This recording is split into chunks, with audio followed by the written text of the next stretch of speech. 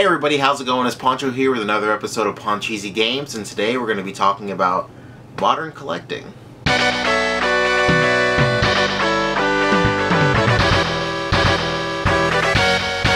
whenever I share pictures or videos of my collection online, I inevitably always get the exact same question over and over again. And that question is, how do you afford all these games? And honestly, it's really not that hard and it's not that expensive. All you gotta know is where to look for the games, when to look for the games, and what games to look for at what time. Which is pretty much, I don't know why I said that, that's the exact same first two things. Whatever. Anyway, so in today's video, I'll be going over some of these steps, and hopefully if you guys are interested in starting to collect, you know, modern games like PS3, Wii, and 360, you guys will be well on your way to starting a library like this one you see right here. So despite what you may have heard about GameStop online and all that stuff, no one can argue that they have incredible deals on video games right now, especially Xbox 360, PS3, and Wii. See, the best time to start collecting for a video game system is when they're trying to phase it out.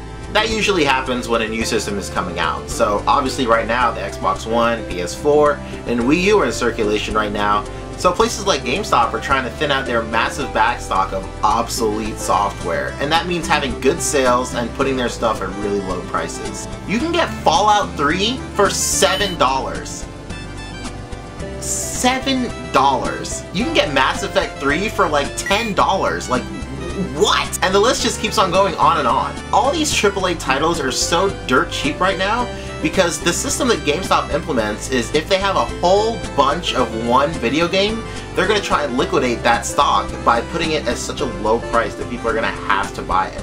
And when you really think about it, all these old games have been traded in so much that GameStop has such a huge backstock of it that they can afford to sell it at these low prices. So chances are, if you're looking for a major release in the last couple of years that have seen a newer iteration of that series, you're gonna get it pretty much next to nothing. Like, look at the Call of Duty series. Even though the last two entries of that series, Call of Duty Ghosts and Black Ops 2, are still pretty high, everything lower than that is so much cheaper, as well as Battlefield. Battlefield 3 is like $10. Like, I can't even, what? Okay, so you guys get it. GameStop has good prices, but you can really start saving money when you start taking advantage of coupons and their good sales. Now, GameStop usually has buy two get one free sales, and that's honestly where most of this stuff came from. Now, a lot of people usually use that sale to get like big ticket items, usually 3 games that are $55, and they end up saving $55. But I've found that when you use those sales to get like smaller games, like games that are like $20 or less, you can really bulk up your collection for not a lot of money. Realistically, you can walk into GameStop during one of these sales with about $40 in your pocket and walk out with about 15 or 20 games.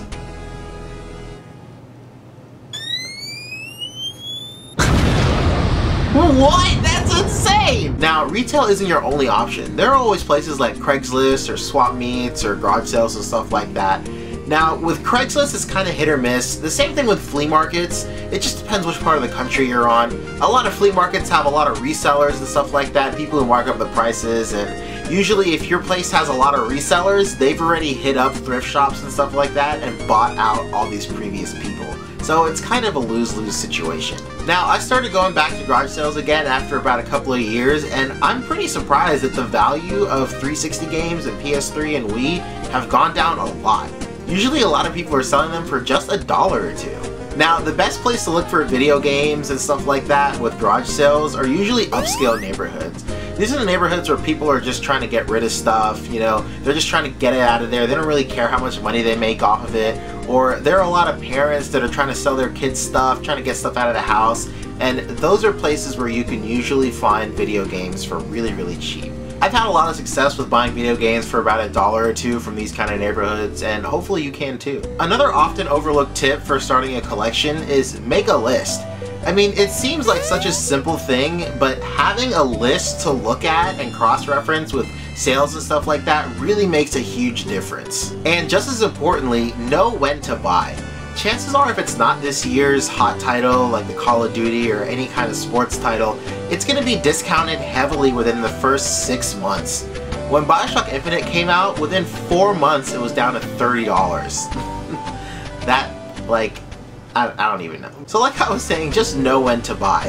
If a game just came out and you don't really need to have it, you don't think it's worth that $60 price tag, just add it to the list. And before you know it, it'll be at a price where you can definitely justify picking it up. And that's pretty much how I got all of this.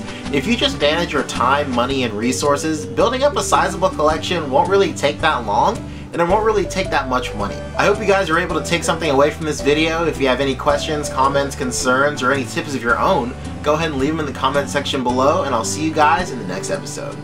Hey, if you guys dug this video and want some specifics on which games you can get for mega cheap, go ahead and check out Lots of Games on YouTube. He does a whole series about it.